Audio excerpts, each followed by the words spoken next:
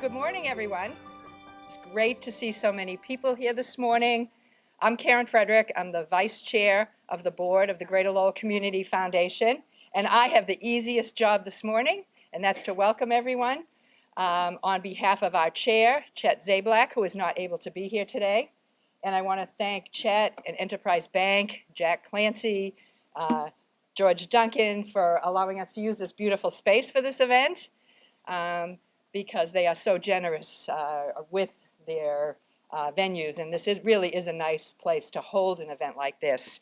So thank you for being here this morning. This really is a celebration. I mean, what is better than giving out money and getting money, right? And it really is a celebration of community. And I think the Greater Lowell Community Foundation is aptly named for the deep work and the attention they pay to issues and what's going on in the community. So it's my pleasure to be a board member. I'd like to introduce, there are several other board members here today. Andrew Macy is here. Where are you, Andy? Steve Jonkis, who's been a longtime board member, is key to the program committee and is also here with us today. I'd also like to mention Sue Beaton, who is a board member. Many of you know Sue. She's a key player in this community, and she was a key part of the grant selection committee for the board, correct? So who's here today? Our grant recipients, some of our selection committee members, and the board, really to celebrate all of the great initiatives that are going to happen with this funding. So you're going to hear more about that from Jay. And I also want to mention that the selection committee is really an important piece of that. And there were 21 members who reviewed, I want to get the numbers right, 54 applications. So that's no small amount of work. So congratulations to all of you. Let me be the first to congratulate you today for receiving grants from the Greater Lowell Community Foundation. It really is exciting to see everybody here, and I think this is kind of a new take on doing this, and I really think it's important to celebrate this and for all of us to get to know each other, because partnerships in this community are so important. So welcome everyone. With that, it is my pleasure to introduce the President and CEO of the Greater Lowell Community Foundation. I know how fortunate we are to have Jay Linehan in this role. He's a dynamic leader. He's always listening to what's going on in the community. He attends events and is seen everywhere. And it really is having that pulse on the community and being such a great leader that has driven the Community Foundation, I think, to new heights. So please welcome Jay Linehan. One of the things I'd just like to talk about real briefly is, because we don't talk about it that much, is, of course, we've got categories that we're going to deal with today. We've got social education, and we got the children, and we got the elders, and we've got the energy conservation, water conservation. The reason those all exist is from philanthropy of other individuals. What they have done at the Community Foundation is they have set up endowed funds, and those are where the dollars come from for each one of those particular categories. So it's the philanthropy that makes the Greater Lowell Community Foundation be able to do what it does. And in particular, with regard to the social education, that was a fund that was set up with Moses Greeley and through the Parker Foundation many years ago. And not only was it an endowed fund, but it was a discretionary fund. So what the Greater Lowell Community Foundation gets to do with that is we get to decide what is the particular interest that the foundation wants to pursue. The other three are fields of interest, and they are as I described. And those are the grants that come out of those every single year. But with respect to the discretionary grants, it's really important for the Community Foundation to have an idea, what are the needs in our community? And I think that's a great obligation that we have, is to, where's the data, what's going on? And towards that end, I believe on everyone's chair, you have got, can you give me the graphic right there? Okay, this right here. This asks, what are the three key needs that you think of? And that is what goes towards the decisions that we make with regard to the discretionary grant money. And again, it was social education. And that goes for 2 years. 2 years prior to that, it was the opioid issue. And needless to say, I don't have to explain why we decided to use the opioid issue. But we're in year 2 of the social ed. So next year, we'll be looking to have a different category that comes out of this fund. And the thing that drives our decisions on this are you folks. Because the beauty of the Community Foundation, the beauty of having a variety of nonprofits that sit on the Greater Lowell Community Foundation board, and a great group of folks that make up the program committee, and again, a number of the key folks that are nonprofits, and not only just on the board, but just from the community that come and give us their input, that's where those decisions get made. So this is not an unimportant piece of paper that you have. So I would ask that you please fill that out. It was, yes? Did you hand them out yet?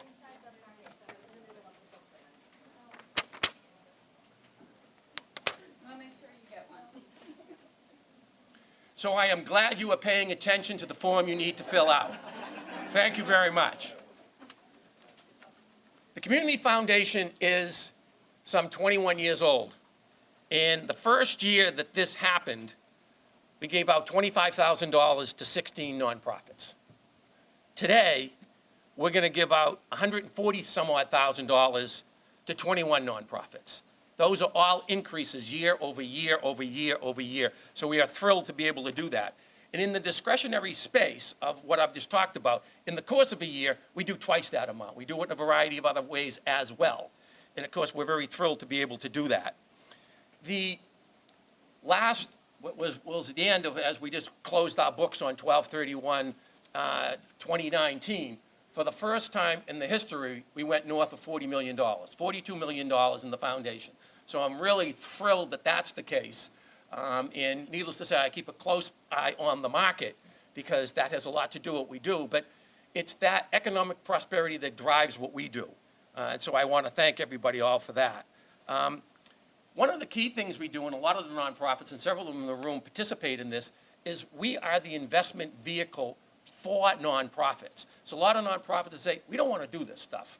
So a lot of them do, and that's fine. They have the acumen, and they've got the staff, and they've got the advisory boards to do that. But a number of them do not. And they say, can you do that on our behalf? And we're thrilled to do that. And just in case you're contemplating that maybe something that you might want to do, for 2019, our return on investment was 22.6%. Let me repeat that, 22.6%. Not a bad return. Clearly, 2019 was good for many folks, but 22.6 is not bad. One of the key things that I think is important with the foundation, and one of the key things that hopefully folks started to do a little bit as we were getting introduced this morning, is what about partnerships? How important are partnerships? And as we even went through the process of doing these grants, when we were in this very room and we were chatting with folks, we're going, if you see that there are grants being requested where there's a synergy to partner, it's within our purview to ask folks to do that. And there's a couple out of this group that's exactly what happened. But partnership is a word that is used frequently, but it's not oftentimes talked about that it's not as easy as everybody likes to think that it is. Everybody will say, I love to partner, I love to collaborate. And that's true. But it's hard work. It's not something that doesn't happen on its own. It is purposeful and it's intentional. And what it means is you got to get out of your own space. Because when we do our thing, and we all do it, and we go to the office and do whatever we do, we can go in, do our thing, and at the end of the day, we got a linear track and we do what we need to do. But when you partner, I'm engaging people in this room. I'm talking about a topic that we all want to resolve, and everybody might have a different opinion on that. So with a small c, we create conflict.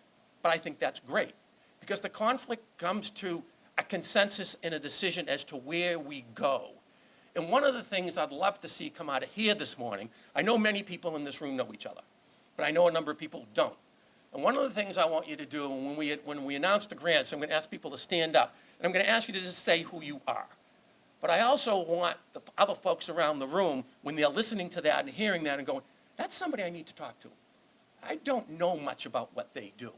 And it might not necessarily be that you can align your program with their program, but you don't know that until you talk to them. And I'll give you a couple of quick little examples.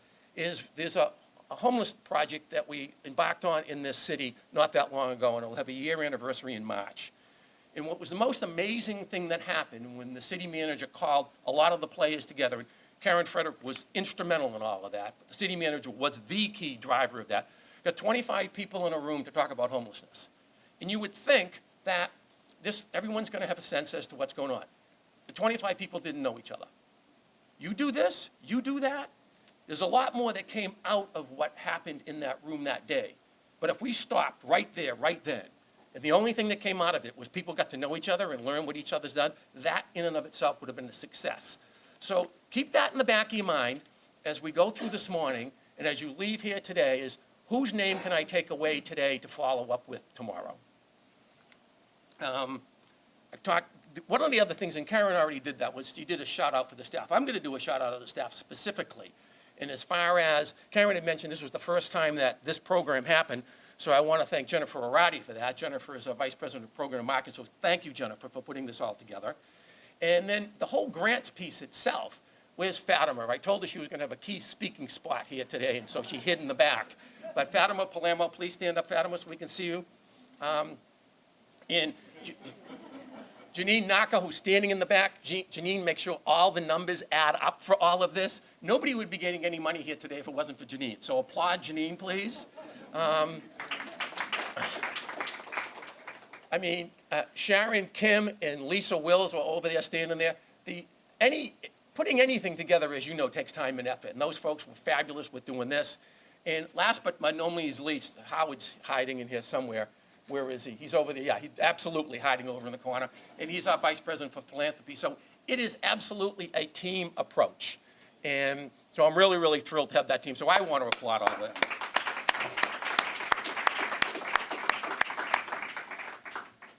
So again, with respect to partnerships, one of the key partnerships from my perspective in the city of Lowell to do some of the really, really important works is the Cambodian Mutual Assistance Center.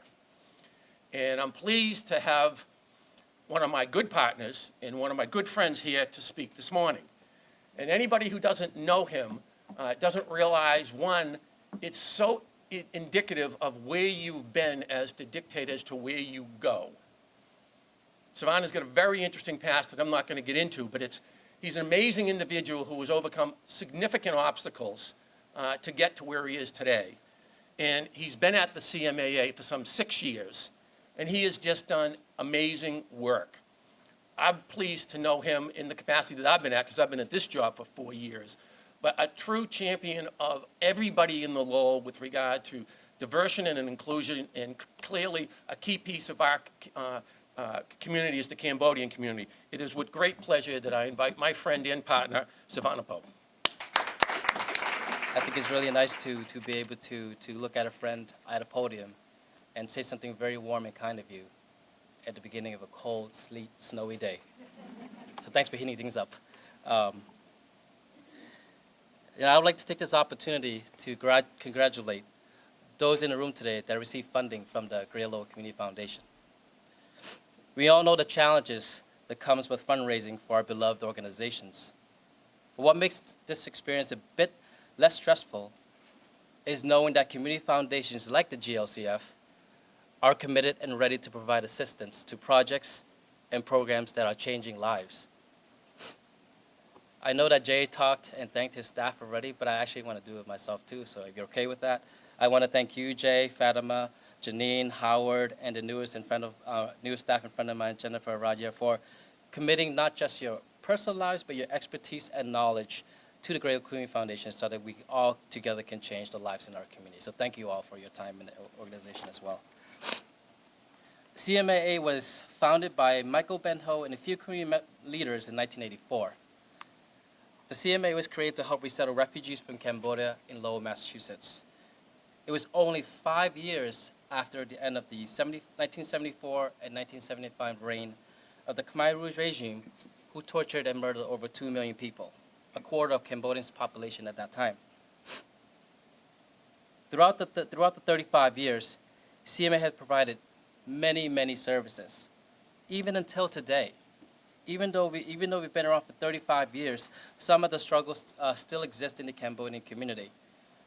Based on research from 2-3 years ago, half of our community in Massachusetts are still considered low income. A quarter of our community are still considered living in poverty. And 30% of our community members are still dropping out of school. And so I think that these numbers are very striking. And when you live in a city like Lowell and you see the success of the Cambodian community, you don't think about these numbers. You look at the thriving stores, you look at the neighborhoods, you look at the statues coming up, you look at the thriving public park. But you don't think about these numbers. But these numbers are data, it's fact, and what drives us to continue to do the work that we do, and we're proud to do that. CMA not only provides services like obtaining immigration documents, driver's license, educational and housing resources, but we are focusing now on adding a kind of new component to the work that we do. We realize that our voice, yes, is strong in this community, but it can actually go up another level. That level that I'm talking about is fighting for advocacy and policy work. And I'll give you a couple examples about that. Jay is a friend of mine who loves finances but also loves data. And so if you don't live in Lowell or a heavily dominated Southeast Asian community, you think that Asian Americans in the country are doing very well. And when Asian Americans are seen doing very well, you're going to give a name that kind of hurts not just the Asian community, but also puts us against other minority groups as well. The Asian community have been known as the model minority group in the country for a long time, meaning that based on the overall data that's been collected, it says that Asian Americans are doing very well, highly educated, doctors, lawyers, business owners, things of that sort. But what's happening is that the Cambodian community, the Vietnamese community, the Laotian community, the Burmese community all have different histories.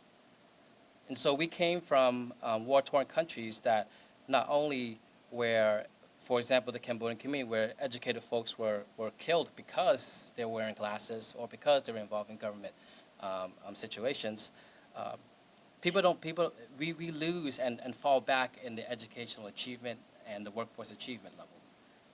And so CMAA, working with many partners throughout Massachusetts, is working with the state of Massachusetts to break down the data, not just within the Asian community, but with also other groups as well.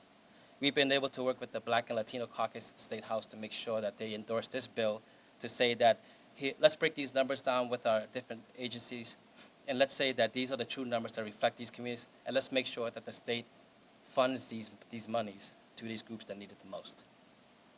Another issue that's been happening and targeting our community is the Southeast Asian deportation efforts. Many young people that have been arrested during the 1980s and 90s due to gang violence and many issues like that have since then been out of jail, living productive lives, positive community members, raising families, buying homes, purchasing cars, things of that nature. Unfortunately, during that time, there was a situation where an agreement between the government and Cambodia allowed deportation to happen to folks that were formerly incarcerated. So so in the last couple of years, the current administration his goal is to deport about 2,000 Cambodian people back to Cambodia. Individuals that had never lived in the country, that were born in refugee camps, that doesn't know the true culture that exists in that country, are going to be deported.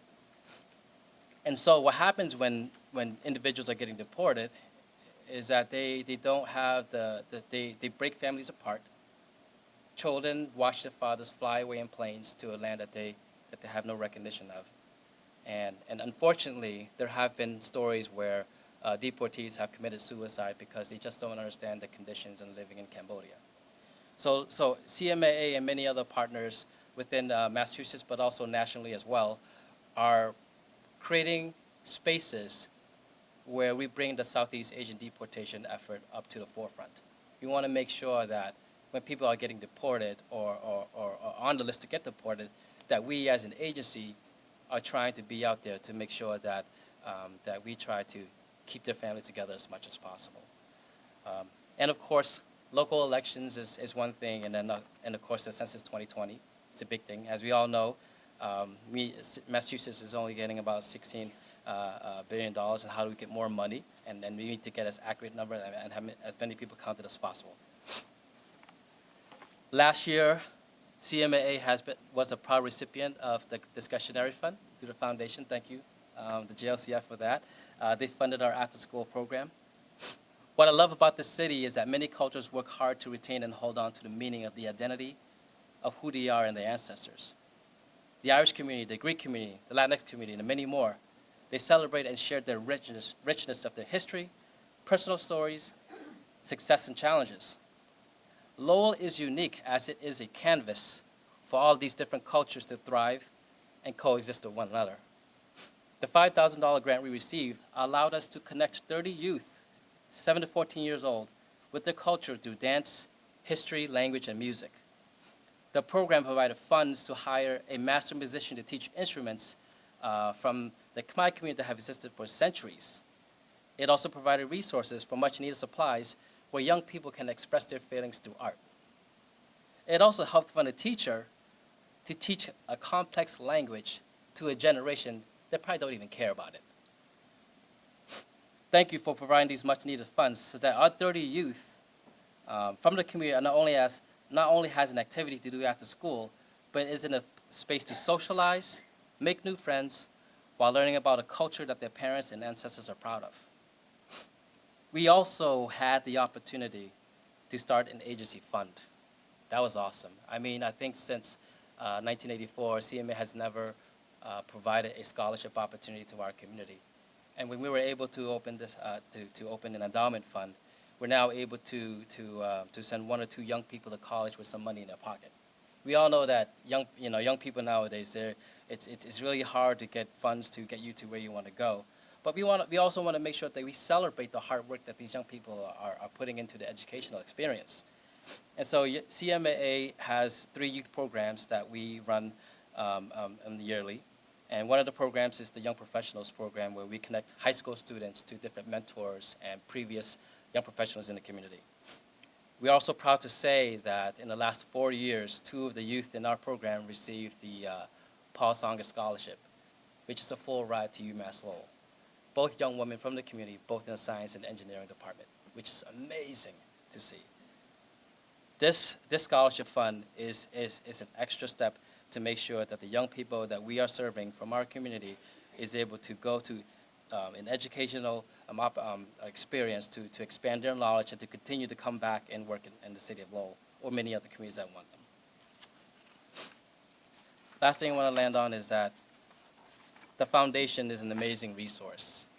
It's a space where they're not only giving funding to organizations like yourselves, but they provide an opportunity for people that want to start a fund. They provide, if you have an idea or a dream or a movement that's happening in the community, but you just don't know how to get involved, but fortunately you have some money on the side, you can take that and trust that the staff of the foundation will be able to invest it in ways that it will give back to the community where awards will come in the future. I want to say that when you invest in community foundations like the GLCF, you invest in helping to build a positive foundation for the community. So thank you very much. Thank you, Savannah. So now we're going to scroll through the discretionary grants, and hopefully my expert technological skills will come to play here, and I'll do this correctly. But again, what I want to do is when we hit the screen, your name's going to come up of the agency. Whoever is here for that agency, and again, we're not going to have as many people as we had RSVP'd. The weather just got in the way, of course. So for a couple, there may be some little silence there, but be that as it may. And again, I want you to announce who you are. And I want everybody in the room to be going, I'm going to do that too. We were talking about this earlier. I said, I call her mom every once in a while. Affectionately, by the way. And then we're going to take a picture. We're going to come up and take a picture over here. And we will have the pictures up and about at the end of the day. Our good friend, Mr. Harkins, over here is a fabulous photographer if you're ever looking for one. But we'll have it up, and everybody will have access to these pictures. So without further ado, but actually there is a further ado, because one of the things I want to do, Karen had mentioned the selection committee. And I think it's important, again, just to emphasize how important the selection committee is. Because we get volunteers from the community to come in, read the grants, score them. And so there's the objective way of having that occur. And then we all meet, and the community foundation staff is likewise around. We add some technical expertise and, questions that may come up, and we'll do that. And then ultimately there's a selection as to, who should get these grants. And typically, the ranking that went 1 through whatever gets switched around a little bit as people sit down and go, oh, I didn't think of that. What's the perspective on that? So it's a great learning experience, one, for the folks that participate. It's also a great learning experience for us, and we love to engage people in the community. So we're always looking for volunteers with respect to that as well. But what I'm going to do, and I want to thank all of them, so what I want to do right now is, as I was in charge of the social education piece, is just read off the folks that participated in that. We had 8 individuals: Maria Cunha, Marie Sweeney, Glenn Mello, who works at the foundation and chairs the program committee, Kate Brennan, Hannon Hansen, Liz DeGrott, David Garino, and Carly Rosetta. So I just want to thank them for their work. Thank you.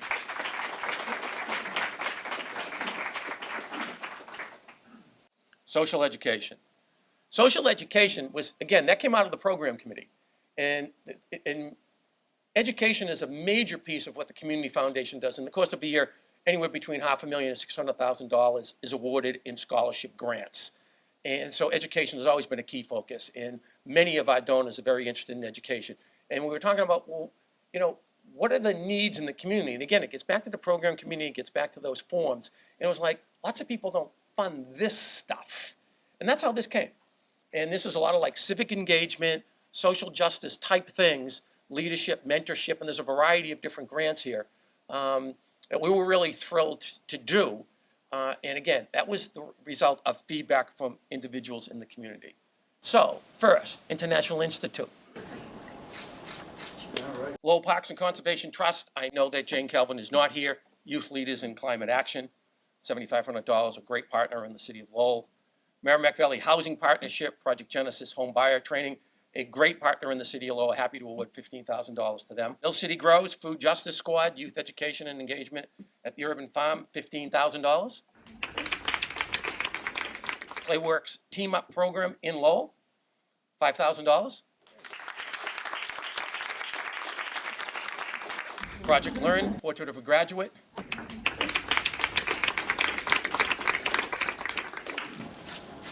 And next up is Children's Services. But before we go there, I just want to thank all the folks for the social ed stuff. And lots of good work gets done. And it's amazing that the time and the effort and that everybody puts in to have this happen. So it is now my pleasure on this program to introduce Jennifer Aradery, who, of course, as I noted before, is our VP for Marketing and Program. And she will take over the Children's Services grant. Good morning. Right, so I guess the sugar and caffeine kicked in. This is good. That was the plan. So thank you for joining us for what I hope will be an annual event celebrating our discretionary grants. I've been at the foundation for just over a year, and I have made it my purpose to get out into the community and visit as many nonprofits as possible. So if you have not seen me in your space, you will soon. I managed to go through about 50 nonprofits locally and learn more about your important work, and I was just completely blown away about the work you do every day. And so it is my pleasure to be able to announce the children's grants.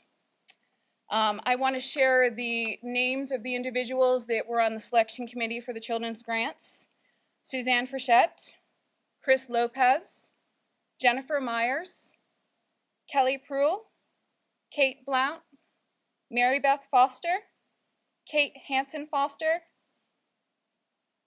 So thank you to those on the committee who donated their time, and they did incredible work. So I'm very interested in the history of the foundation, and I won't tell you everything I've learned in the past year, but I wanted to learn a little bit about the Children's Services grants and where the money came from and what it supported. So if you'll indulge me for just a few seconds. So the Children's Services grants are supported by the GLCF Children's Discretionary Fund. It was formed in 2012 after the Lowell Children's Museum Fund closed. To date, more than $80,000 has been dispersed to area nonprofits that support services for children. The foundation welcomed proposals for this particular grant for organizations that enhance the quality of life for children and young adults in our area. So, the first grant is Aaron's Presence for empowering youth givers in Lowell for $5,000.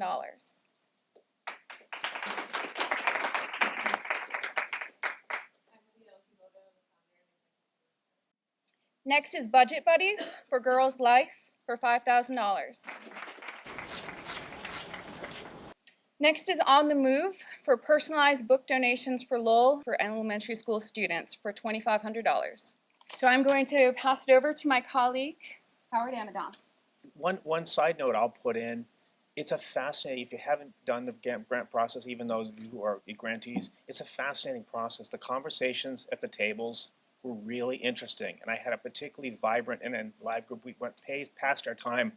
Shout out to Andy Macy, who's here from our group, who was a facilitator who actually made people make decisions, because it's really hard when you're talking about a bunch of really great, really powerful programs that have impact. Everybody wants to fund everything, and you have to reach a place where you finally make decisions, and that's really amazingly hard. It's also great, it's volunteer driven, because it keeps Jay and me and the rest of us alive when we walk the streets, so we don't get people attacking us because we didn't give them a grant. So I do want to thank the rest of my committee: Sue Beaton, mentioned before, Scott Hyder, Rosemary Costello, Sue Purdy, Andy Macy, Maxine Farkas, and Matt Guerin, who are not able to be with us today. So we actually were charged with giving out 2 sets of grants: the LeClaire Elder Services grants, which do support those in our community who are aging. The first one was Gaining Ground for their Growing Fresh Produce and Hunger Relief for community voters.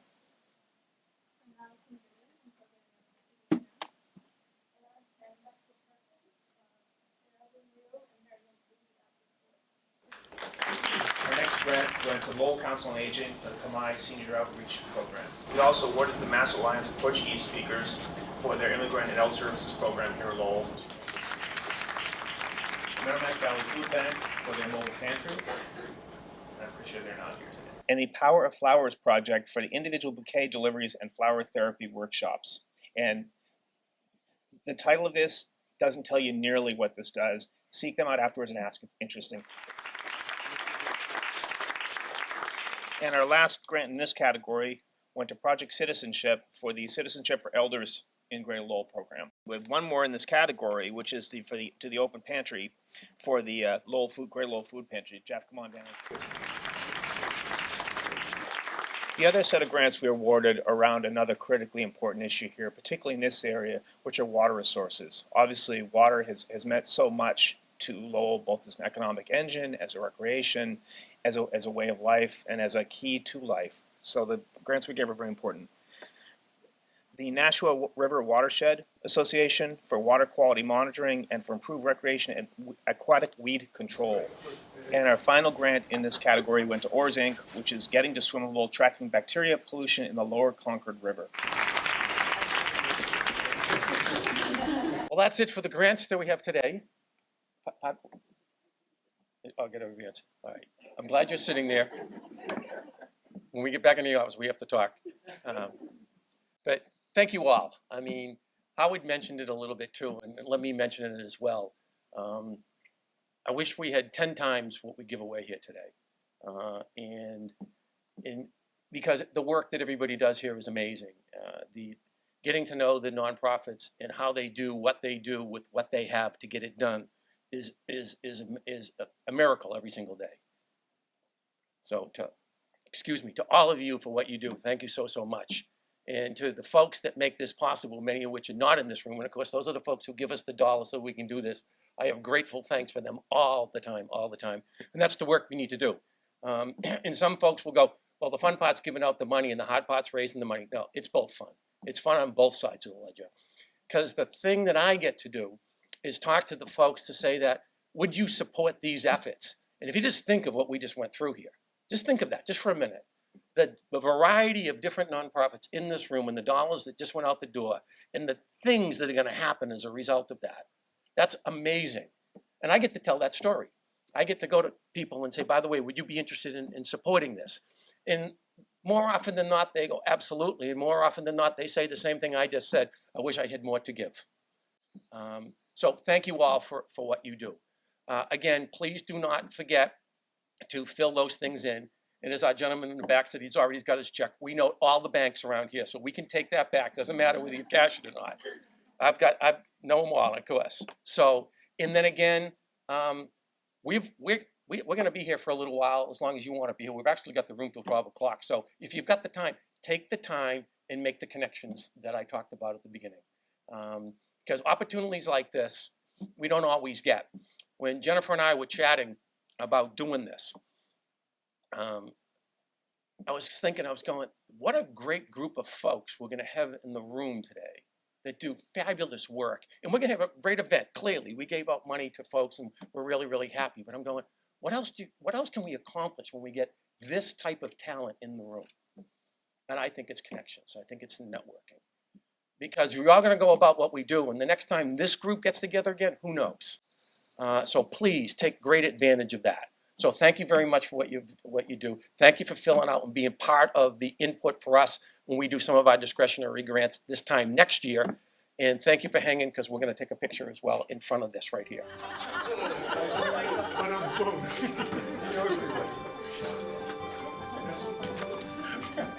Looked outside, it's good. All right. So let's see. We'll sit forward in your chairs. Put your knees together. A little broken here.